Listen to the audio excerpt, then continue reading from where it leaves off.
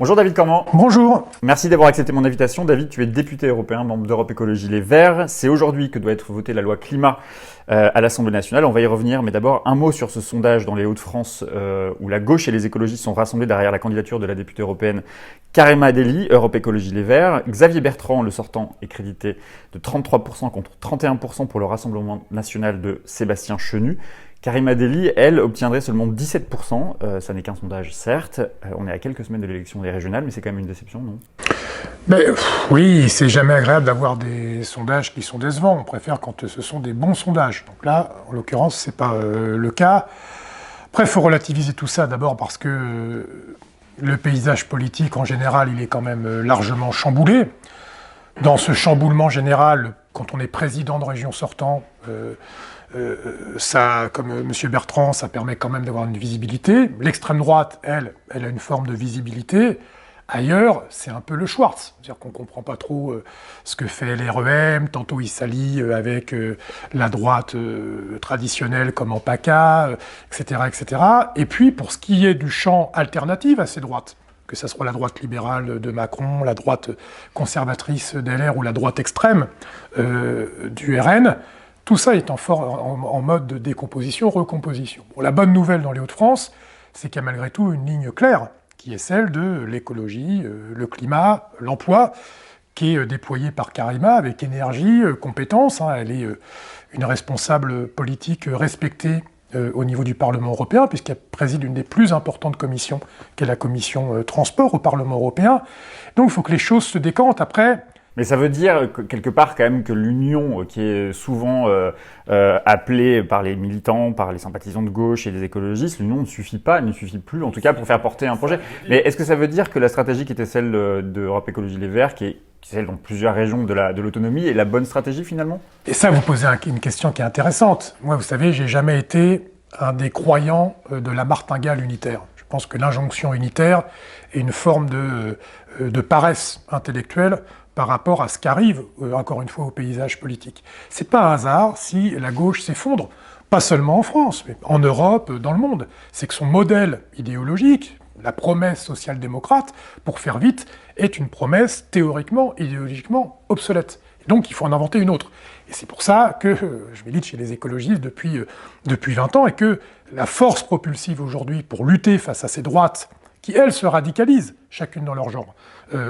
L'imaginaire, la promesse écologiste, est celle qui peut permettre la victoire. Donc non, il n'y a pas de raccourci en politique. Et si d'aucuns considéraient qu'il suffisait d'additionner les 7 nains pour pouvoir construire une armée victorieuse, là, c'est plus compliqué que ça. Tu dis que c'est peut-être une erreur d'avoir fait du coup un accord absolument... Non, c'est nécessaire de le faire en Hauts-de-France, c'est nécessaire de le faire, j'espère, également en PACA, parce que ce sont des territoires, d'ailleurs avec des sociologies différentes, où il faut effectivement faire front, mais à condition que ça soit autour d'une ligne claire.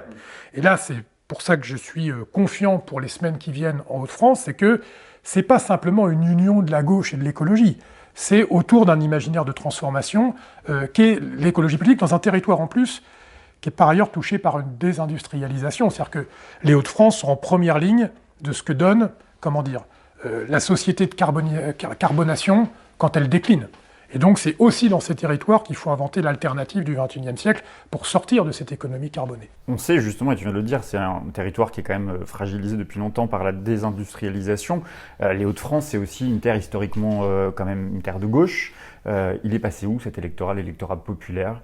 Là on le voit, le sondage donne même au second tour à touche-touche avec Xavier Bertrand, le candidat du Rassemblement national. Je pense que l'électorat populaire, moi je le vois un peu, je suis plus au sud, je suis en Normandie, il est dégoûté. Il est dégoûté parce qu'il a été oublié par tout le monde depuis des décennies.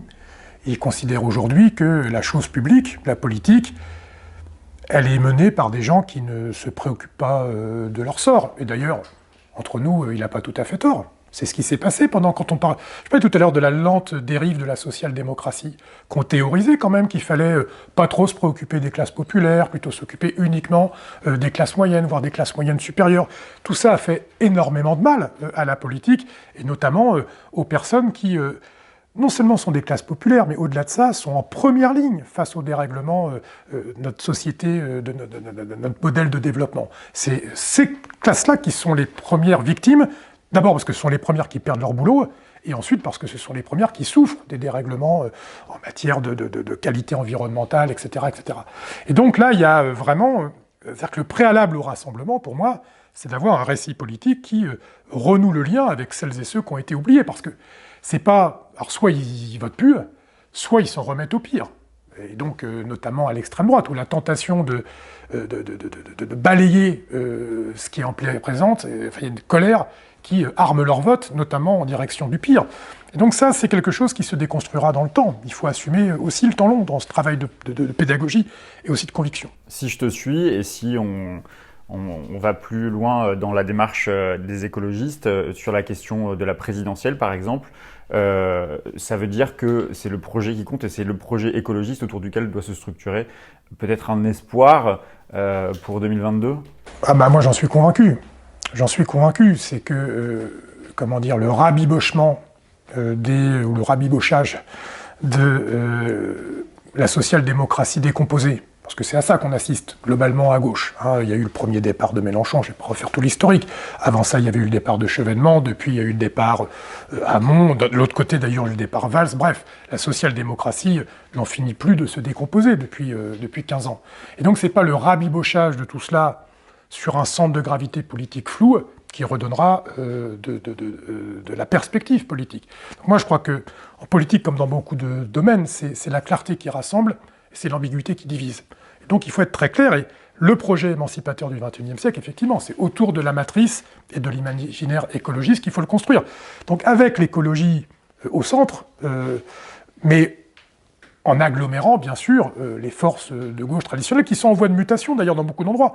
On pourrait parler rapidement de Biden, même si sur la question écolo, il y aurait à redire, mais c'est intéressant ce qui se passe au niveau de la social-démocratie américaine. Le problème, c'est qu'à gauche, tout le monde se revendique de l'écologie, donc tout le monde pourrait prétendre justement à incarner ce projet fédérateur autour de l'écologie. Jean-Luc Mélenchon se revendique écologiste, Benoît Hamon se revendique écologiste, on ne sait pas s'il va être candidat ou pas, mais s'il va participer aux primaires des écologistes. Les écologistes, évidemment, Europe Écologie Les Verts, vous êtes ces écologistes. C'est quoi la bonne solution pour déterminer quel sera le meilleur ou la meilleure? Ah, mais j'irai même plus loin que vous. Il n'y a pas qu'à gauche que tout le monde se dit écologiste. Quand je vois ce qui se passe à l'extrême droite, où il y a tout un récit autour d'une certaine conception de la relocalisation, il y a une forme de prise en compte de la question écologique. Quand j'entends le tête de liste des Républicains aux Européennes, M. Bellamy, qui explique que fondamentalement l'écologie est conservatrice et qu'il souhaite s'accaparer cela, là aussi, pourquoi ? Parce que le cœur, comment dire, le lieu, le champ de bataille politique, où va se structurer le débat et les conflictualités, va être la question écologique. Dit autrement, au XIXe siècle, là où se construisait la conflictualité du débat politique, c'était la question démocratique. C'est la fin des empires, la fin des monarchies, la naissance des républiques, des États-nations, etc., etc. Au XXe siècle, ça s'est structuré en plus de la question démocratique autour de la question sociale. Et là, pareil, qu'on soit de droite, de gauche, on avait un regard sur la question sociale. C'était évidemment pas le même. Au XXIe siècle, c'est autour de la question écologique. Donc tout le monde va parler de l'écologie. La question politique, c'est quelle écologie ? Est-ce que c'est la croissance verte ? Est-ce que c'est le repli sur les frontières et l'espèce d'autonomie qui tourne le dos au monde ? Est-ce que c'est la décroissance ? Est-ce que c'est le productivisme vert ? C'est-à-dire un nouveau marxisme, mais productif. Donc il y a plusieurs façons d'appréhender la question écologique, et donc dans les temps qui viennent, c'est autour de cette question-là que va se structurer le débat. On va venir sur la question écologique et notamment sur la loi climat, mais j'ai une dernière question. Qu'est-ce qui se passe avec le Rassemblement national ? On voit bien que de droite comme de gauche, tout le monde semble vouloir affirmer, ou en tout cas accréditer l'idée que Marine Le Pen pourrait être présidente de la République en 2022. Toi, tu penses quoi ? On joue à se faire peur ? Non, je pense que c'est une hypothèse possible, et d'une certaine façon probable. On l'a vu encore une fois dans d'autres pays, la France n'est pas une bulle coupée du monde. Dans beaucoup de pays occidentaux, enfin un certain nombre de pays occidentaux, la menace du retour à l'offre politique réactionnaire d'extrême droite, dans des modes différents, mais fait florès. On l'a vu avec Trump aux États-Unis, on l'a vu et on le voit en Italie, où il y a maintenant des réunions et des défilés fascistes qui réunissent beaucoup de monde. Et d'ailleurs, il y a une forme de logique. Quand il y a en fait, la montée de l'extrême droite et l'émergence électorale de l'extrême droite, elle est un symptôme des crises. Elle n'est pas une réponse aux crises, elle est un symptôme des crises. Et donc, dans une période de perte de repères en termes de modèle de civilisation, d'accumulement des crises, qu'elles soient environnementales, sociales, économiques, démocratiques, oui, l'extrême droite émerge. Et elle peut prendre le pouvoir. Et elle peut le prendre avec des modalités qui ne seront pas un coup d'État, qui seront parce que les gens vont voter pour eux. Après, il faut être lucide sur ce risque. Mais je pense qu'il faut aussi ne pas combattre dos au mur. C'est imaginaire politique contre imaginaire politique qu'on peut les battre. C'est la question de la majorité culturelle. Et donc la majorité culturelle aujourd'hui, on sent qu'elle est, il suffit de regarder un certain nombre de chaînes d'information autour de cette espèce de grande confusion dans les termes. On l'a vu, où les militants antiracistes sont taxés de racisme, ou ce qu'on qualifie de bien-pensance, c'est la pensée humaniste. Alors que c'est quoi le contraire de la bien-pensance?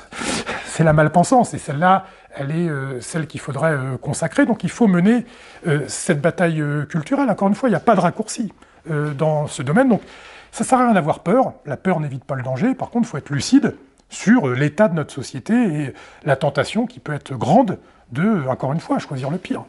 Je l'ai dit, c'est aujourd'hui que doit être votée la loi climat et résilience avant qu'elle ne soit renvoyée au Sénat le mois prochain. Je cite quelques exemples qui sont dans cette loi: limitation de l'artificialisation des sols, végétalisation des toitures, encadrement de la publicité, extension des aéroports interdits, certaines lignes intérieures aussi d'avions sont interdites, enseignement scolaire du développement durable, écocide reconnu dans le droit français, interdiction de louer des biens immobiliers reconnus comme passoires thermiques. On avance un peu, non? Non, enfin... comment dire en fait, on est devant une donnée, là, pour cette loi, qui est vraiment scientifique, c'est des maths. C'est-à-dire qu'on sait combien de millions de tonnes de CO2 il faut arrêter d'émettre pour respecter les 1,5 degrés qui permettent simplement que la planète Terre reste viable pour notre civilisation. Elle restera viable pour des animaux, hein, mais pour nous, notre civilisation, au-dessus d'1,5 degré de réchauffement, on ne sait plus ce qui se passe. Il y a des effets d'emballement qui font qu'on ne sait pas où on va. Et ça ne va pas dans le bon sens. On ne sait pas quel niveau de menace. Et donc là, il y a un certain nombre de millions de tonnes de CO2 qu'il faut arrêter d'émettre tous les ans et augmenter cette diminution jusqu'en 2050 et atteindre la neutralité. Or, cette loi, et ça, ce n'est pas les écolos ou les ONG seulement qui le disent, c'est les entités de scientifiques qui évaluent combien de tonnes va faire économiser cette loi, et on est à 10% de ce qu'il faudrait faire. Donc on est évidemment en retard. Cette question, elle est quand même fondamentale, parce que au Parlement européen, on a l'occasion d'en parler beaucoup, de rencontrer des experts. Enfin, tous les voyants sont au rouge. Tous les voyants sont au rouge.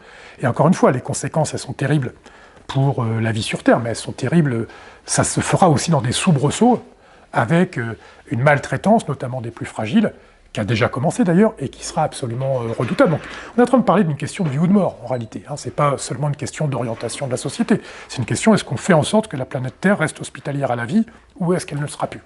Et donc là, on est en dessous de ce qu'il faudrait faire. Mais un deuxième élément, mais qui est très révélatrice de La République En Marche, c'est qu'ils ont un rapport à la loi qui n'est absolument pas prescriptrice. C'est-à-dire que leur vision de la loi, c'est très anglo-saxon, c'est on encourage à, on donne des impulsions vers, et ça ne va pas. C'est-à-dire qu'aujourd'hui, il faut donner des cadres législatifs extrêmement précis.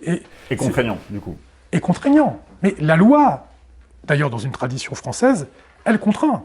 Sinon, c'est pas la loi, c'est autre chose. C'est de l'animation, je sais pas quoi. La loi doit contraindre. Et vous savez, quand vous êtes l'État, une force publique, vous avez 4 leviers pour changer les choses. Le premier levier, donc, c'est le levier réglementaire. C'est faire des lois qui contraignent. Deuxième levier, la fiscalité. Or là, on a un ministre des Finances qui lâche la bride à la fiscalisation, notamment des plus riches. Ce qui est un vrai sujet, parce que la fiscalité, c'est une vertu redistributive et incitative à laquelle on renonce. Troisième levier, l'investissement, qui est lié au deuxième. Si vous ne levez pas d'impôts, vous ne pouvez pas investir pour la transition. Or, on n'investit pas assez. Il faudra investir de 2 à 3 fois plus. Dernier levier, les services publics, qu'on est en train d'anéantir. Quand vous renoncez à ces 4 leviers, vous ne pouvez pas infléchir le cours des choses. Or, c'est précisément ce dont on a besoin de faire aujourd'hui. Tu parlais de fiscalité, justement, il y a un mot qui a été épargné dans le texte, c'est celui d'écotaxe. Pourtant, si on regarde bien entre les lignes, on s'aperçoit que les régions pourraient, si elles le souhaitaient, en tout cas si elles voulaient expérimenter des dispositifs fiscaux, pourraient le mettre en place sur certains véhicules. C'est une bonne idée? Pourquoi pas? Parce qu'il y a un problème structurel qui est les régions pour lesquelles on va voter bientôt n'ont pas d'autonomie fiscale. Je ne vais pas être trop long et pénible avec ça, mais en fait, quand vous êtes conseiller régional, vous votez les dépenses, mais vous ne votez que moins de 10% des recettes. Le reste, c'est des dotations. Et donc, vous n'avez pas d'autonomie fiscale, ce qui est un vrai problème de mon point de vue démocratique. Donc, faire une fiscalité propre au niveau région, c'est une bonne idée. Après, dans la concurrence entre les différents territoires, je crois que tout ce qui relève de la fiscalité carbone et de la fiscalité des plus riches, elle doit être faite à un niveau macro. Pourquoi ? Parce que sinon, vous avez une concurrence entre les territoires et entre les pays. C'est ce qui génère les paradis fiscaux, etc., etc. C'est pour ça que la proposition de Biden de faire un taux minimum d'imposition des entreprises à un peu plus de 20%, eh ben ça flingue les paradis fiscaux qui aujourd'hui font une fiscalité sur leur territoire de 4, 5, 6%. Donc ça, c'est... Et pour les questions écologiques, c'est la même chose. C'est-à-dire que je pense que c'est une bonne idée d'avoir plutôt une fiscalité macro. Et quelque part, en faisant ça, l'État se décharge sur les régions, en disant « moi, je n'assume pas cette fiscalité, mais je ne l'empêche pas. Si elles le veulent, les régions pourront le faire. » C'est un peu facile. La ministre de la Transition écologique, Barbara Pompili, parle d'une loi qui va toucher la vie quotidienne de tous les citoyens. C'est ça l'enjeu de l'écologie, c'est de changer, de toucher, bouleverser la vie du quotidien des citoyens. L'écologie politique, c'est un paradoxe. C'est qu'à la fois, d'ailleurs c'est ce qui explique la difficulté parfois du débat et des malentendus autour de l'écologie. À la fois c'est consensuel. Sauver la vie sur Terre, la nature, être heureux dans un cadre de vie apaisé, il n'y a rien de plus consensuel. En revanche, pour y parvenir, là c'est plus consensuel. C'est ce que je disais tout à l'heure sur que l'écologie structure les conflictualités. C'est là qu'il y a la difficulté. Barbara Pompili, elle veut... D'ailleurs, elle s'est battue, hein. Petite parenthèse, elle a fait ce qu'elle a pu dans un gouvernement hostile, mais elle a essayé de tenir la ligne autant qu'elle a pu. D'ailleurs, elle a pris un certain nombre de coups de la part de ses propres camarades. Donc, je ne veux pas être trop sévère avec elle, mais elle a une vision de l'écologie qui devrait ne déranger personne. Or, l'écologie, fondamentalement, ça dérange des puissances installées. Ça dérange des puissances dominantes qui spéculent. Cyril Dion, justement, il dit que c'est une loi qui favorise les intérêts privés contre l'intérêt général. C'est quoi les intérêts privés ? De quels intérêts privés parle ? C'est les intérêts aujourd'hui des forces économiques dominantes.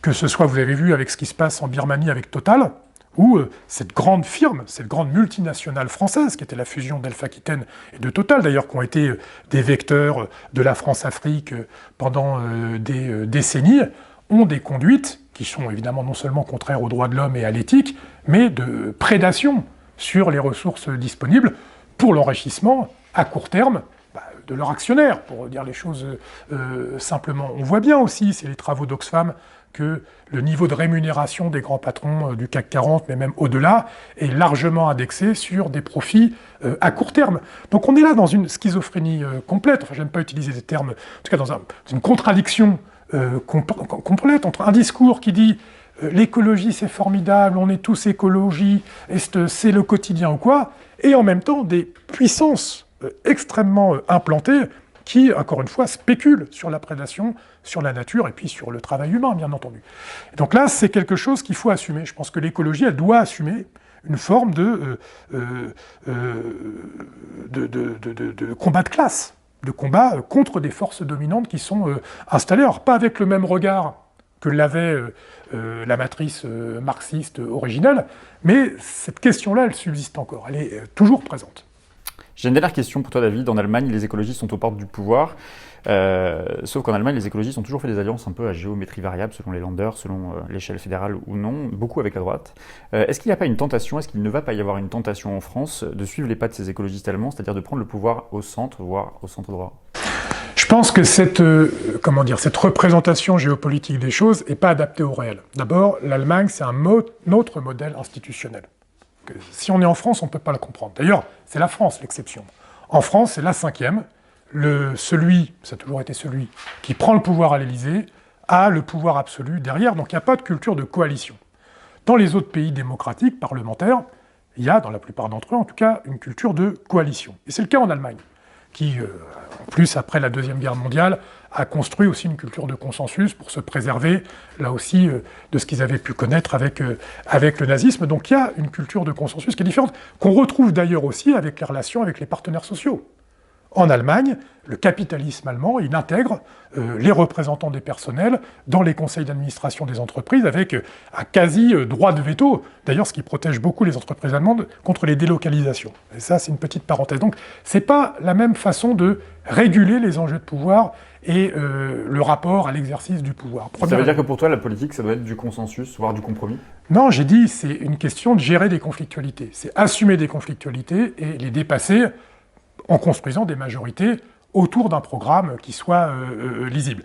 Mais l'image qui consisterait à dire, et moi je travaille avec les Verts allemands au Parlement européen, qui ont une délégation très importante, le raccourci qui consisterait à dire qu'il y aurait, d'ailleurs c'est ce que vont essayer d'expliquer notamment La République En Marche en France, en disant mais les Verts allemands, ça n'a rien à voir avec ces gauchistes de Verts français qui ont le couteau entre les dents et qui sont des véritables amiches, c'est des gens qui sont réalos, qui sont comme moi, etc., etc.